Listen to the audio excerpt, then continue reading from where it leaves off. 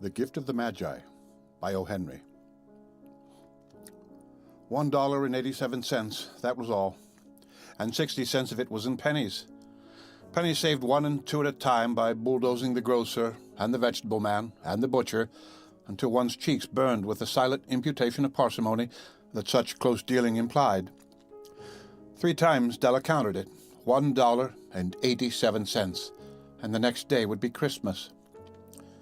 There was clearly nothing to do but flop down on the shabby little couch and howl, so Della did it, which instigates the moral reflection that life is made up of sobs, sniffles, and smiles, with sniffles predominating. While the mistress of the home is gradually subsiding from the first stage to the second, take a look at the home, a furnished flat at $8 per week. It did not exactly beggar description, but it certainly had that word on the lookout for the mendicancy squad. In the vestibule below was a letterbox into which no letter would go, and an electric button from which no mortal finger could coax a ring. Also appertaining thereunto was a card bearing the name Mr. James Dillingham Young. The Dillingham had been flung to the breeze during a former period of prosperity when its possessor was being paid $30 per week. Now, when the income was shrunk to $20, though, they were thinking seriously of contracting to a modest and unassuming D. But whenever Mr. James Dillingham Young came home and reached his flat above, he was called Jim and greatly hugged by Mrs. James Dillingham Young, already introduced to you as Della, which is all very good. Della finished her cry and attended to her cheeks with a powder rag. She stood by the window and looked out dully at a gray cat walking a gray fence in a gray backyard. Tomorrow would be Christmas Day, and she had only $1.87 with which to buy Jim a present. She had been saving every penny she could for months, with this result.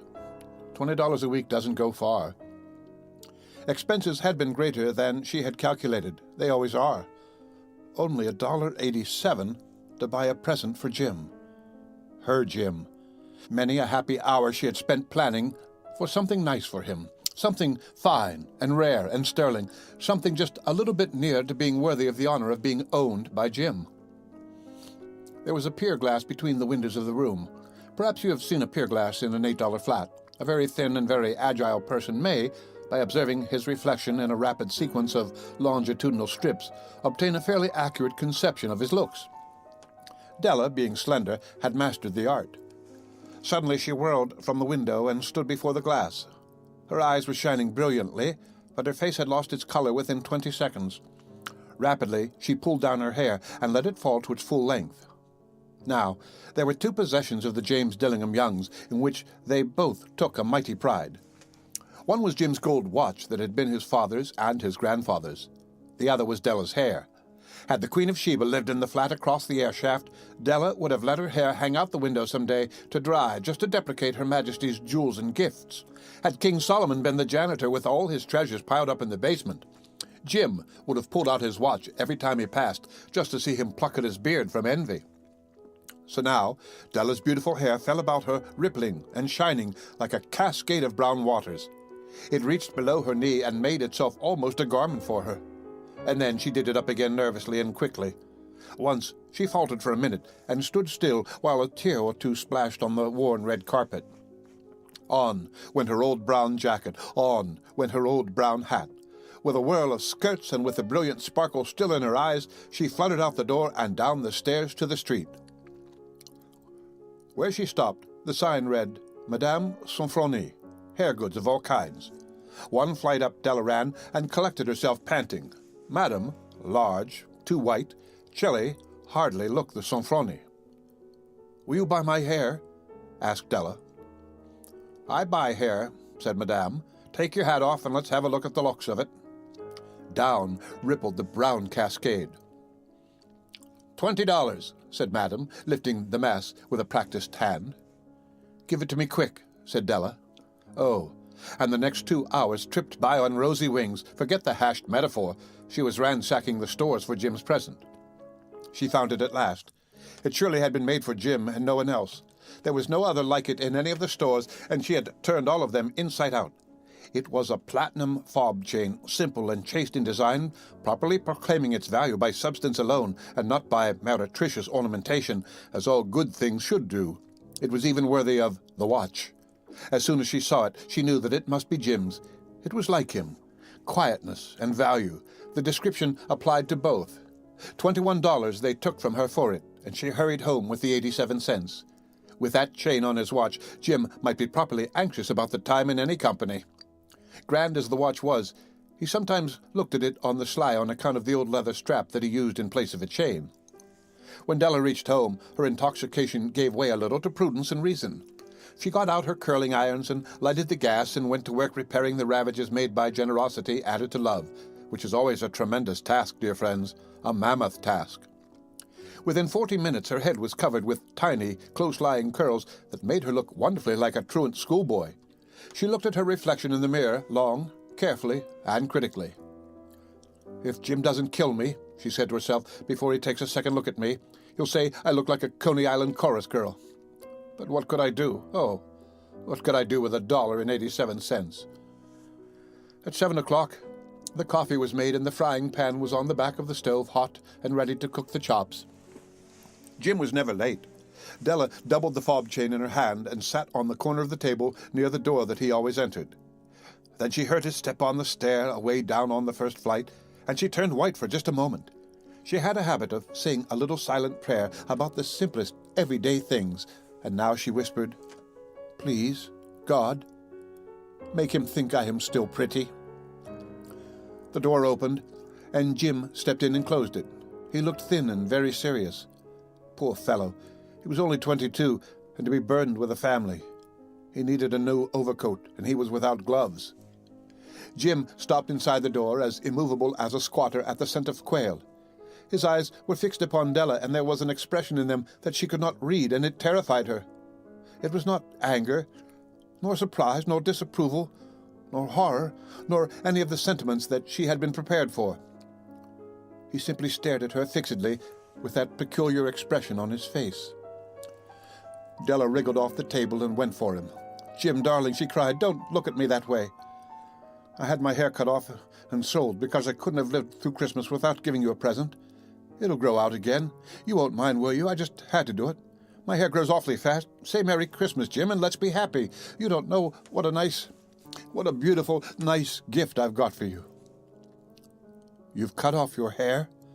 asked Jim laboriously, as if he had not arrived at that patent fact yet, even after the hardest mental labor. "Cut it off and sold it," said Della. "Don't you like me just as well anyhow? I'm me without my hair, ain't I?" Jim looked about the room curiously. "You say your hair is gone?" he said, with an air almost of idiocy. "You needn't look for it," said Della. "It's sold, I tell you. Sold and gone, too. It's Christmas Eve. Boy, be good to me, for it went for you. Maybe the hairs of my head were numbered," she went on with sudden serious sweetness, "but nobody could ever count my love for you. Shall I put the chops on, Jim?" Out of his trance, Jim seemed quickly to wake up. He enfolded his Della. For 10 seconds, let us regard with discreet scrutiny some inconsequential object in the other direction. $8 a week or $1 million a year? What is the difference? A mathematician or a wit would give you the wrong answer. The Magi brought valuable gifts, but that was not among them. This dark assertion will be illuminated later on. Jim drew a package from his overcoat pocket and threw it upon the table. "Don't make any mistake, Dell," he said, "about me. I don't think there's anything in the way of a haircut or a shave or a shampoo that could make me like my girl any less. But if you'll unwrap that package, you may see why you had me going a while at first." White, nimble fingers tore at the string and paper, and then an ecstatic scream of joy, and then, alas, a quick, feminine change to hysterical tears and wails, necessitating the immediate employment of all the comforting powers of the Lord of the Flat. For there lay the combs, the set of combs, side and back, that Della had worshipped long in a Broadway window, beautiful combs, pure tortoiseshell with jeweled rims, just the shade to wear in the beautiful vanished hair. They were expensive combs, she knew, and her heart had simply craved and yearned over them without the least hope of possession, and now they were hers.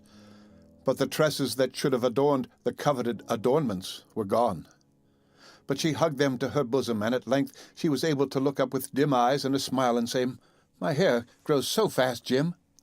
And then Della leaped up like a little singed cat and cried, "Oh, oh!" Jim had not yet seen his beautiful present. She held it out to him eagerly upon her open palm. The dull, precious metal seemed to flash with a reflection of her bright and ardent spirit. "Isn't it a dandy, Jim? I hunted all over town to find it. You'll have to look at the time 100 times a day now. Give me your watch. I want to see how it looks on it." Instead of obeying, Jim tumbled down on the couch and put his hands under the back of his head and smiled. "Dell," said he, "let's put our Christmas presents away and keep 'em a while. They're too nice to use just at present. I sold the watch to get the money to buy your combs. And now, suppose you put the chops on." The Magi, as you know, were wise men, wonderfully wise men who brought gifts to the babe in the manger. They invented the art of giving Christmas presents. Being wise, their gifts were no doubt wise ones, possibly bearing the privilege of exchange in case of duplication. And here I have lamely related to you the uneventful chronicle of two foolish children in a flat who most unwisely sacrificed for each other the greatest treasures of their house. But, in a last word to the wise of these days, let it be said that of all who give gifts, these two were the wisest. Of all who give and receive gifts, such as they are wisest. Everywhere they are wisest. They are the Magi. The end of The Gift of the Magi by O. Henry. Read by Rick Kistner for Lit to Go on the Web.